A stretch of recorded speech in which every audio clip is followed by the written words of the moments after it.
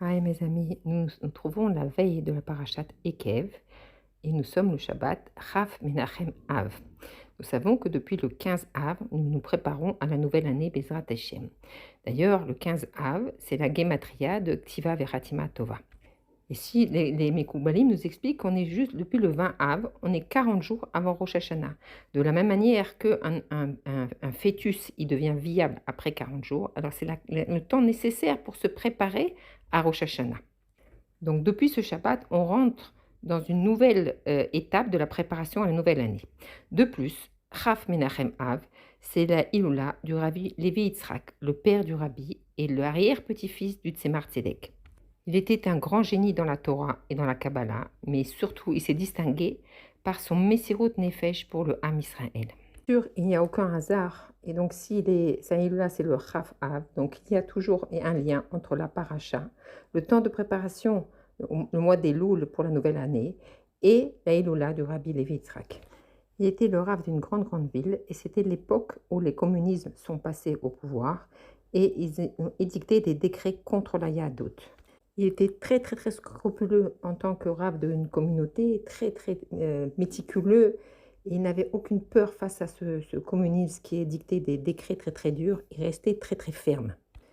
Une des histoires que le Rabbi a souvent racontées et répétées plusieurs fois, quand les communistes sont arrivés au pouvoir, il y avait des usines de farine, on préparait des matzot pour tout l'ensemble du peuple juif qui habitait sur la terre. Et les communistes ont décidé de prendre donc toutes ces usines sous leur autorité. Et ils ont demandé aux rabbinim de signer que tout était caché à l'épaisseur pour pour que cette farine elle soit utilisable pour Pessah. Et donc tout le monde a été obligé d'accepter que c'était caché à l'épaisseur. Lui, bien sûr, n'a pas pu accepter une telle chose. Il a refusé de donner son ashgara sur cette farine-là. Et ni plus ni moins, il est parti dans la capitale rencontrer le ministre qui s'occupait de ça. Et il lui a expliqué que c'était impossible de donner sa ashgara et que s'il voulait que le peuple d'Israël il utilise cette farine-là, alors il fallait que ça aille selon ses décrets, ses exigences à lui-même. Et le plus étonnant, c'est que le ministre l'a accepté. Et donc, grâce à lui, de nombreuses années, il y a eu de la farine cachée à l'épaisseur pour préparer les matzot.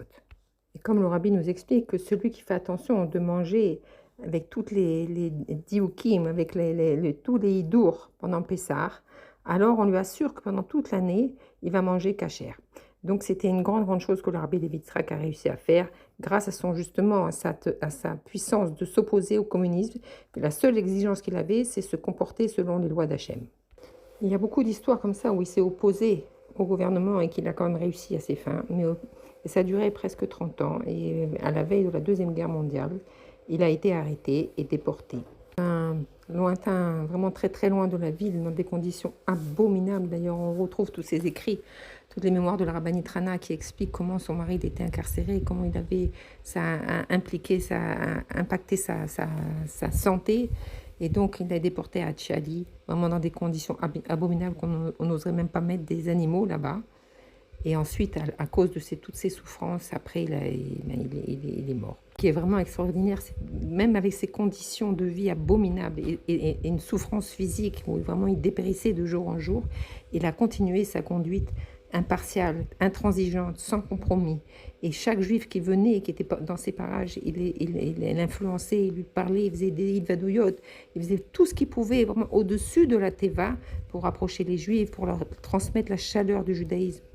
Donc il a rapproché les Juifs vers Akadosh Baruch Hu, et même envers les Goyim, il les a influencés à faire les 7 lois de Noir, à tel point que le Rabbi il a qualifié son père de Tzadik Yesod Olam. Il a écrit des livres de Kabbalah très profonds, et vraiment il était très élevé dans la Kabbalah. Mais ce qui le caractérise, c'est son Messirut Nefesh pour le Ham Israël. Et comme c'est écrit que la galoute, très dure, elle est peut-être plus dure encore que la mort. Et le Rabbi a dit de son père qu'il a mérité ce que beaucoup de tzadikim n'ont pas pu mériter. Le Rabbi a expliqué que Davka, dans cet endroit de galoute abominable et avec des souffrances énormes, Davka, dans cet endroit le plus bas, il a réussi à révéler une force spirituelle et une élévation spirituelle très grande.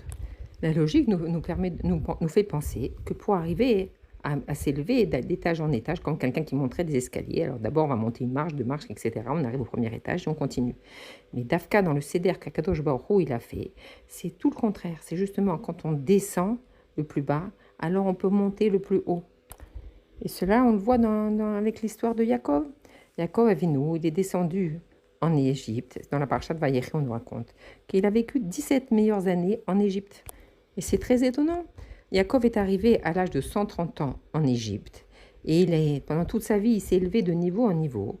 Et c'est seulement quand il arrive en Égypte qu'il passe, c'est écrit dans la Torah, qu'il a passé ses 17 meilleures années en Égypte.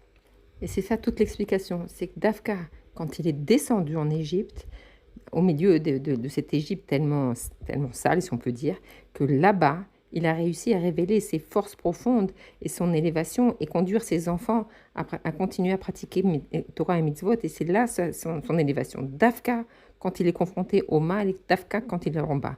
Pas quand il est dans un céder d'élévation en élévation. C'est Dafka quand on arrive dans la galoute et qu'à travers la galoute, on arrive quand même à s'élever. Alors là, c'est comme un ressort qui nous fait sauter beaucoup plus haut.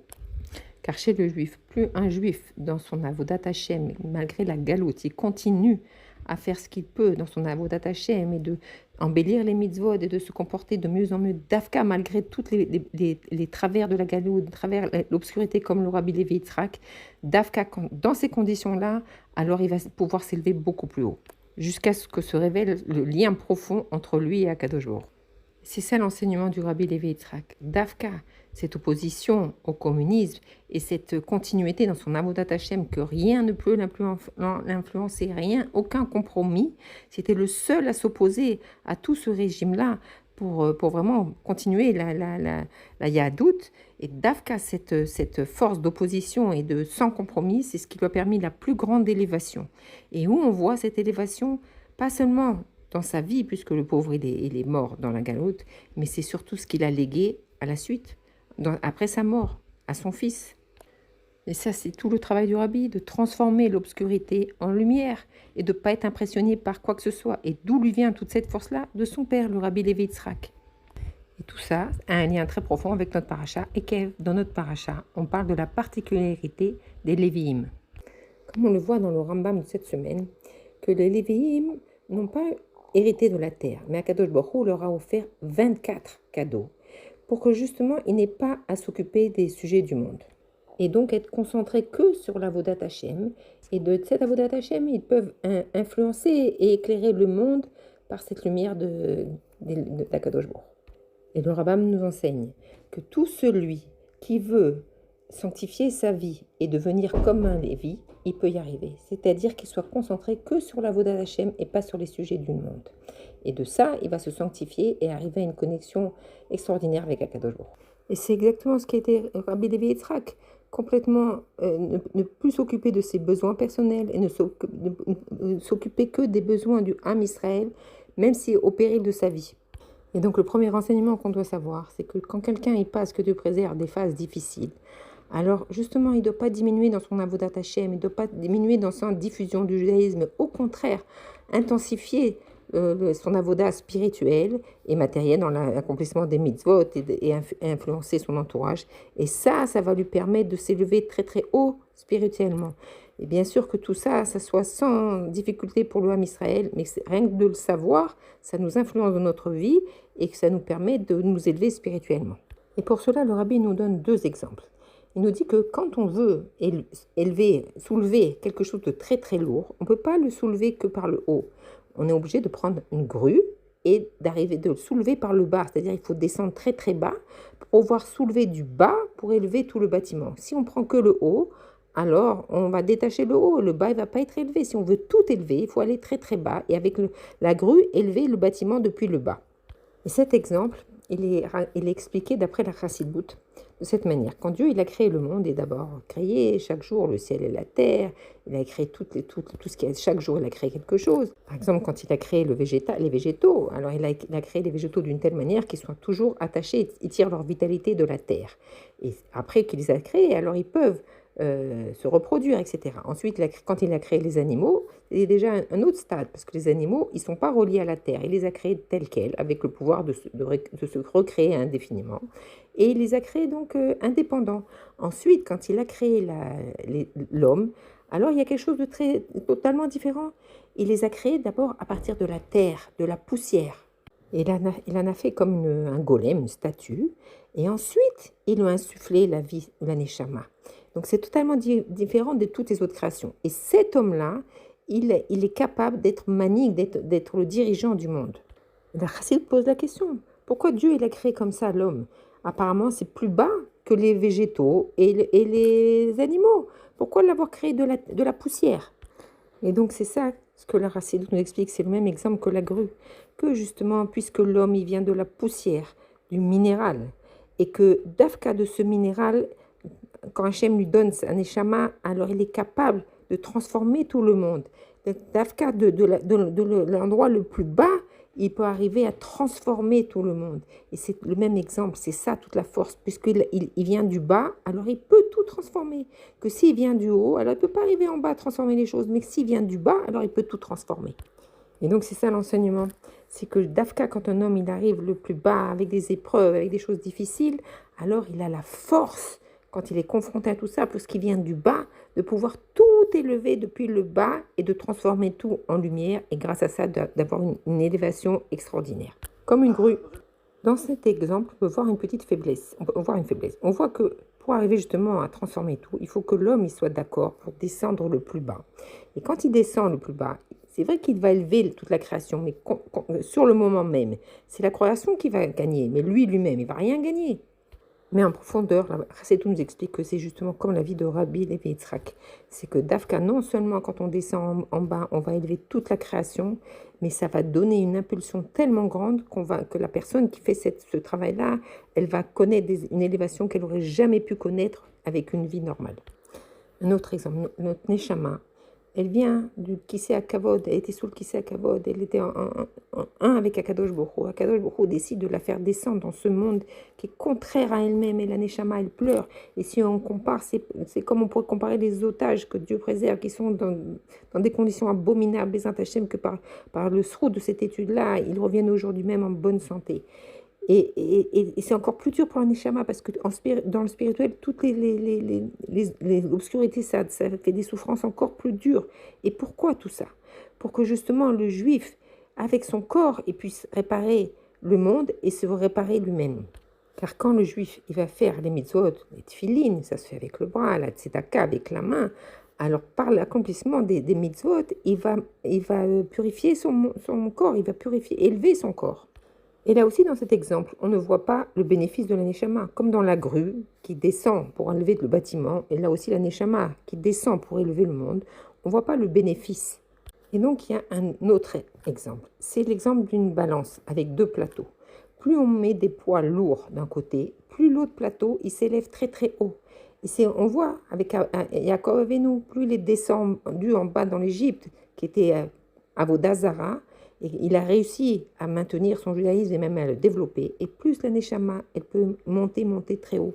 Et la neshama va remonter encore plus haut de la source dans laquelle elle est partie.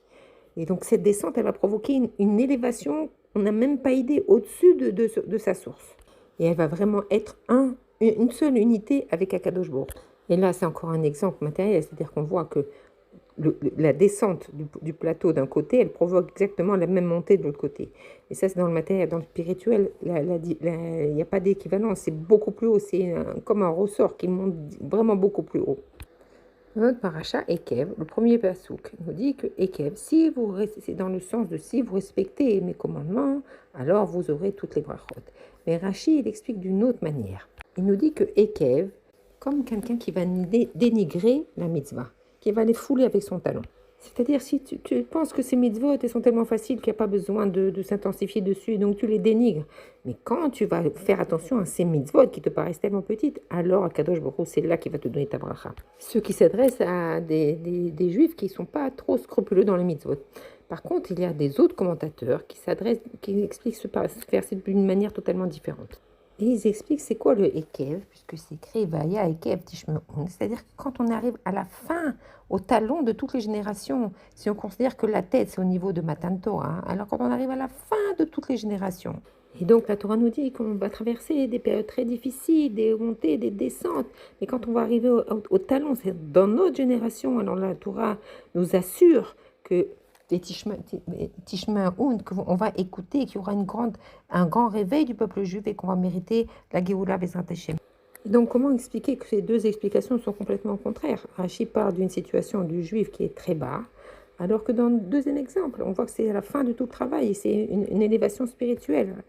Et le rabbi de nous expliquer que justement, comment on arrive à cette élévation spirituelle quand on va faire attention à toutes les petites choses et toutes les petites mitzvot qu'on a l'impression qui ne sont pas importantes et qu'on va rien dénigrer, alors on va arriver à cette élévation.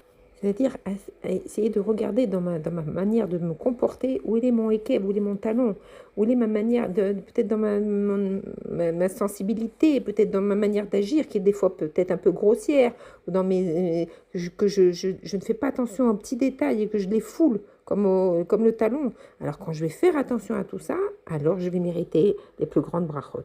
Et de ça, je vais les élever, justement. Je ne vais pas les laisser dans une situation de équerre. Je vais les élever. Et grâce à ça, alors on va arriver à une situation élevée et très spirituelle. Donc c'est le même enseignement. Quand je vais faire attention à toutes les petites choses qui paraissent anodines et que de là, je vais les élever et les réparer, alors ça va élever tout mon être, ça va élever tout le monde vers ces niveaux spirituels, jusqu'à l'union totale avec Akadosh Baruch.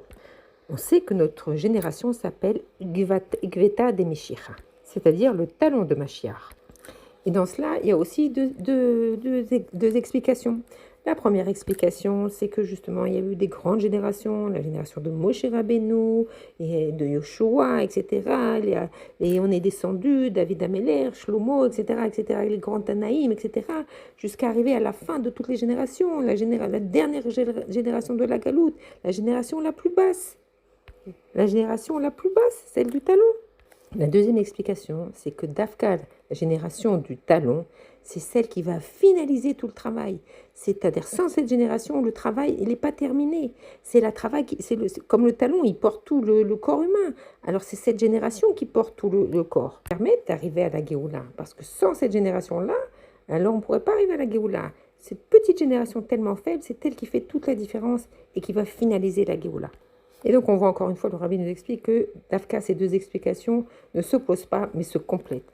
Dafka, parce qu'on est la génération du Ekev la plus basse et qu'on est d'accord de descendre et de terminer le travail dans la bassesse, alors ça va permettre la plus grande élévation. Si on peut expliquer c'est quoi le talon, c'est le talon, il n'a pas de sensibilité. Et c'est Dafka le problème de notre génération. Le juif simple n'a pas la sensibilité d'Hachem. Et Dafka, cette génération, elle va arriver à une élévation la plus haute. C'est la dor de la Géoula, parce que justement, comme on a expliqué, plus quelque chose il descend bas, plus le juif il descend bas, plus il peut arriver à s'élever au-dessus de la source de sa neshama. Et comment s'exprime ce travail? C'est justement quand un juif il pourrait se dire qu'Hachem il va faire le travail d'en haut, Hachem il va m'élever, Hachem il va me donner des choses d'en haut. Eh bien non, c'est de se dire que justement tout le travail c'est d'en bas, arriver à être en bas, comme Annie, les Dodili, les Rosh et Tevot du mois des Louls. Tu veux arriver à l'union avec Akadosh Baruch Hu, tout ça, ça commence de toi. Commence à faire toi, te prendre en main, toi à vouloir t'élever vers Akadosh Baruch Hu. Je dois prendre la responsabilité, même juif tellement bas que je suis, je dois savoir que dans ma situation, je peux m'élever vers Akadosh Baruch Hu. Ani Dodi, Dodili. Je dois prendre ma situation en main. Ne pas chercher des grandes résolutions, comme on voit Ani les Dodili, ça commence par Aleph. Commencer ce travail de bas en haut, doucement, doucement, s'élever vers Akadosh Baruch Hu. Et comme le rabbi nous enseigne que quand on a appris Aleph, tout de suite on doit aller enseigner Aleph. Ce qui veut dire quoi? C'est j'ai commencé à faire un pas dans mon avodat Hashem, alors tout de suite je dois l'utiliser. Peut-être on peut arriver dans une situation où on se dit mais même ça j'ai pas. Alors quoi faire? Alors au moins fais ta tefila, demande à Hashem, prie Hashem. Ça c'est ton premier pas vers Hashem. Et le juif pourrait dire ah non j'ai pas la force de rien du tout. J'attends qu'Hachem il m'envoie quelque chose, une lumière d'en haut, après je commencerai. Ça, c'est tombé dans les mains du Yetzirah. Parce que Dafka, tout le travail, c'est de commencer par Ani, par se bouger soi-même, par avoir cette responsabilité, ce désir de se rapprocher d'Akadosh Baruch Hu. Parce que c'est du chesed qu'Hachem a fait de te mettre dans cette situation-là, comme l'exemple de la balance. Dafka, quand tu vas arriver en bas, alors tu vas pouvoir monter très très très haut. Donc commence à te prendre en main. Quand est-ce qu'un homme il ressent une satisfaction de lui-même? C'est quand il sent qu'il a avancé, quand il sent qu'il a fait quelque chose. Et Dafka, quand tu fais les choses toi-même, sans que quelqu'un y t'aide, c'est sûr que toutes nos forces, elles viennent d'Akadosh Baruch Hu. C'est évident que tout vient d'Akadosh Baruch Hu. Mais que toi, tu commences ce travail. L'aide d'Hachem, ça doit être comme qui te propulse pour faire le travail. Mais le travail, il doit venir de toi-même. Et c'est comme ça qu'on va avoir une satisfaction et qu'on va sentir cette élévation. Hachem nous donne les forces à nous d'avancer. Et c'est tout l'enseignement de la Parashat Ekev. Comme on voit que Dafka, par exemple, quand on veut sauter ou même quand on veut avancer, qu'est-ce qui nous fait avancer? C'est Dafka le talon. Qu'est-ce qui nous fait sauter? C'est le talon. Donc quand on va faire attention, justement, dans ces petites choses, dans la bassesse, c'est là qu'on va arriver dans la Géoula. Et le Rabbi nous explique que justement, dans notre génération, dans ces derniers moments, alors qu'est-ce qu'on doit faire? On doit, par l'étude, ça va nous permettre de sauter avec nos talons, justement, de la galoute à la Géoula.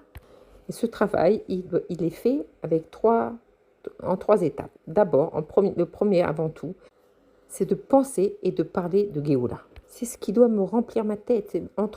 Moi, avoir des paroles de Géoula dans ma tête, penser, quand je parle à quelqu'un, toujours parler de Géoula. Rien ne m'intéresse d'autre que la Géoula. La deuxième chose, c'est lier les choses avec la Géoula, ce qui demande un travail un peu plus profond. C'est-à-dire, même si une chose apparemment n'a aucun rapport avec la Géoula, chercher en profondeur le lien qu'il peut y avoir avec la Géoula. Et ça, c'est quand on est pétri de Géoula, alors toujours on va trouver un lien pour unir les choses à la Géoula. Toujours avoir en tête qu'on est le talon et que c'est le talon qui va nous faire sauter vers la Géoula. Donc dans chaque situation, chercher le lien avec la Géoula.